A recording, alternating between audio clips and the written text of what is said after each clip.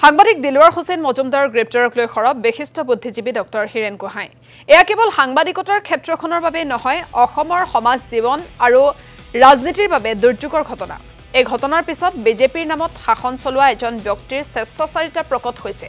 এনে ঘটনা ঘটি থাকিলে অসমৰ কাৰণে ভৱিষ্যতলৈ বহুত ডাঙৰ বিপদ হ'ব পাৰে দিলৱাৰ হুছেইনক আইনসংগত বা যুক্তিসংগতভাৱে গ্ৰেপ্তাৰ কৰা নাই কেৱল হাৰাশাস্তি আৰু সাংবাদিকক ভয় খুৱাবলৈহে গ্ৰেপ্তাৰ কৰা হৈছে দিলৱাৰক এই মন্তব্য ডক্টৰ হিৰেন গোহাঁইৰ এয়া আইনৰ দ্বাৰা স্বেচ্ছাচাৰিতা চলোৱাৰ নিকৃষ্ট উদাহৰণ বুলিও মন্তব্য কৰে বিশিষ্ট বুদ্ধিজীৱীগৰাকীয়ে কেৱল অসমৰ সাংবাদিকসকলৰ কাৰণেই নহয় অসমৰ সমাজ সমগ্ৰ সমাজৰ কাৰণে অসমৰ ৰাজনীতিৰ কাৰণে এটা অতি দুৰ্যোগৰ ঘটনা কাৰণ ইয়াৰ জৰিয়তে বিজেপি চৰকাৰ বিশেষকৈ অসমত বিজেপিৰ নামত শাসন চলোৱা এজন ব্যক্তিৰ স্বেচ্ছাচাৰিতা ইমান বেছি প্ৰকট হৈছে অথচ যাৰ ওপৰত এখন সমাজৰ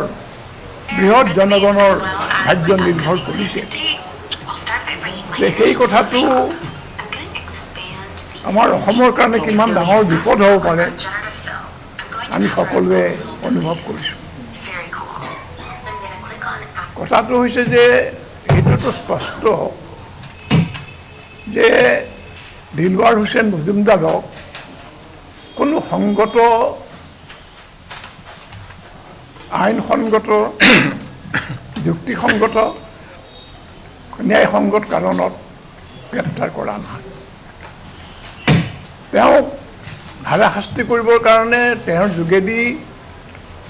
সাংবাদিকসকলক আৰু ৰাইজক ভয় খুৱাবৰ কাৰণে এই কামটো কৰা হৈছে আমাৰ দেশত অৰাজকতা ইমান বেছি অপৰাধ দুৰ্নীতি ইমান তললৈ শিপাইছে সেইবোৰলৈ আমাৰ আৰক্ষীৰ চকু নাই তেওঁলোকে বাছি কিছুমান মানুহৰ বিৰুদ্ধে ডচিয়াৰ বনাইছে যিবিলাকে তেওঁলোকক অসুবিধাত পেলাব পাৰে আৰু এটা পিছত এটা অতি ফাল্টু গোচৰত তেওঁলোকক ফচাই দিছে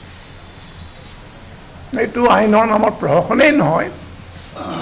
এইটো আইনৰ দ্বাৰা স্বেচ্ছাচাৰিতা চলোৱাৰ অত্যাচাৰ চলোৱাৰ এটা অতি নিকৃষ্ট উদাহৰণ আৰু এনেকুৱা মানুহৰ হাতত আমাৰ ৰাজ্যখনৰ শাসন থকাটো কিমান বিপদজনক আপোনালোকে নিশ্চয় বোধ কৰিছে মুখ্যমন্ত্ৰীজনৰ ভাষাই চাওক নথি ডকাইতি কৰিব লাগে এজন সাংবাদিকে কিবা সংবাদৰ সূত্ৰ বিচাৰি নথি বিচাৰিব পাৰে বা আনকি তেওঁ যদি তাৰ যোগেদি কিবা দুৰ্নীতি চৰকাৰৰ অপকৰ্ম প্ৰকাশিত হয় সেইটো তেওঁ গোপনেও চাব পাৰে তাৰ নকল ল'ব পাৰে এইবোৰ ঘটনা ঘটি থাকে কিন্তু তাকে তেওঁ কৈছে নথি ডকাইতি অৰ্থাৎ তেওঁ যেন মাৰণাস্ত্ৰ লৈ সকলোকে ভাবুকি দি এটা সাংঘাতিক পৰিস্থিতিৰ সৃষ্টি কৰি তেওঁ সেই নথিখন জোৰ কৰি লৈ যাব বিচাৰিছে